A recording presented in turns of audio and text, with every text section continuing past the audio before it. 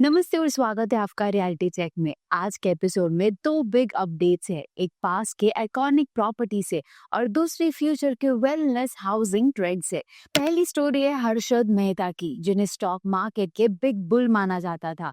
उनका sea facing flat फिर से ऑक्शन के लिए तैयार है, लेकिन क्या इतने सालों बाद भी बायर्स ऐसे लेगेसी एसेट्स में इंटरेस्ट दिखाएंगे? सोचिए, आज अगर हेरिटेज प्रॉपर्टीज फिर से एक्टिव हो रही है तो इसका सिग्नल आपके लॉन्ग टर्म इन्वेस्टमेंट आउटलुक के लिए क्या है? और दूसरी स्टोरी एक इमोशनल और फ्यूचरिस्टिक ट्रेंड से जुड़ी है। हीरानंदानी कम्युनिटीज ने चेन्नई के ओरागदम में 300 करोड़ का सीनियर लिविंग टाउनशिप अनाउंस किया है, specially design for wellness and comfort driven retirement lifestyle. तो क्या इंडिया का प्रॉपर्टी मार्केट अब यंग बायर्स से शिफ्ट होकर एज रेडी होम्स की तरफ बढ़ रहा है?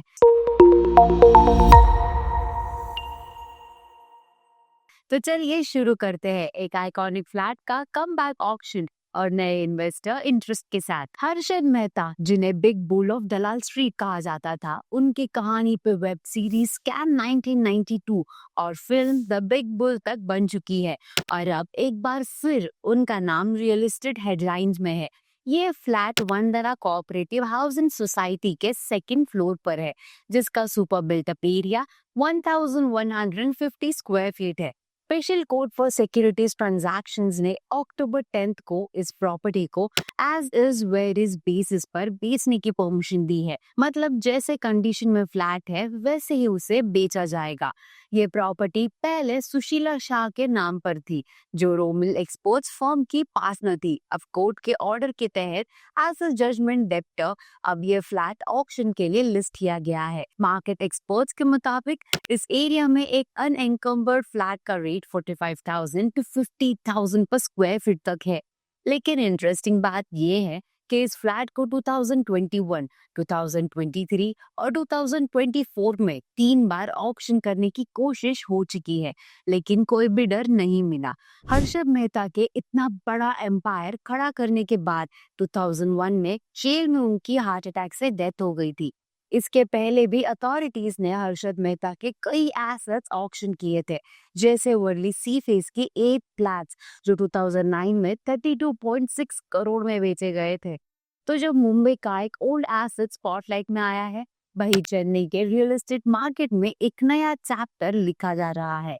एक प्रोजेक्ट जो स्पेशली सीनियर सिटीजन्स के लिए डिजाइन हुआ है। हीरानंदानी कम्युनिटीज, जो निरंजन हीरानंदानी ग्रुप का एक इनिशिएटिव है, अब सीनियर लिविंग सेगमेंट में एंटर कर चुका है। कंपनी ने चेन्नई के ओरागदम एरिया में 300 करोड़ का रेसिडेंशियल प्रोजेक्ट अनाउंस किया है, जिसका नाम है एलिमेंट्स। ये प्रोजेक्ट हीरानंदानी पार्क टाउनशिप के अंडर डेवलप होगा और total 1 million square feet area में स्प्रेड है। अब इसमें 2 BHK यूनिट्स होंगे, हर एक का साइज लगभग 700 स्क्वायर फीट, जिनकी शुरुआती कीमत 60 लाख से होगी।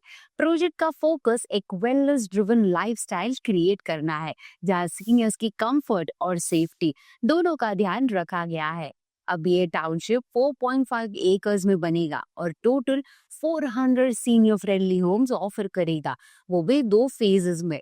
अब कंपनी ने इसके लिए JTB अर्बन डेवलपर्स के साथ पार्टनरशिप की है।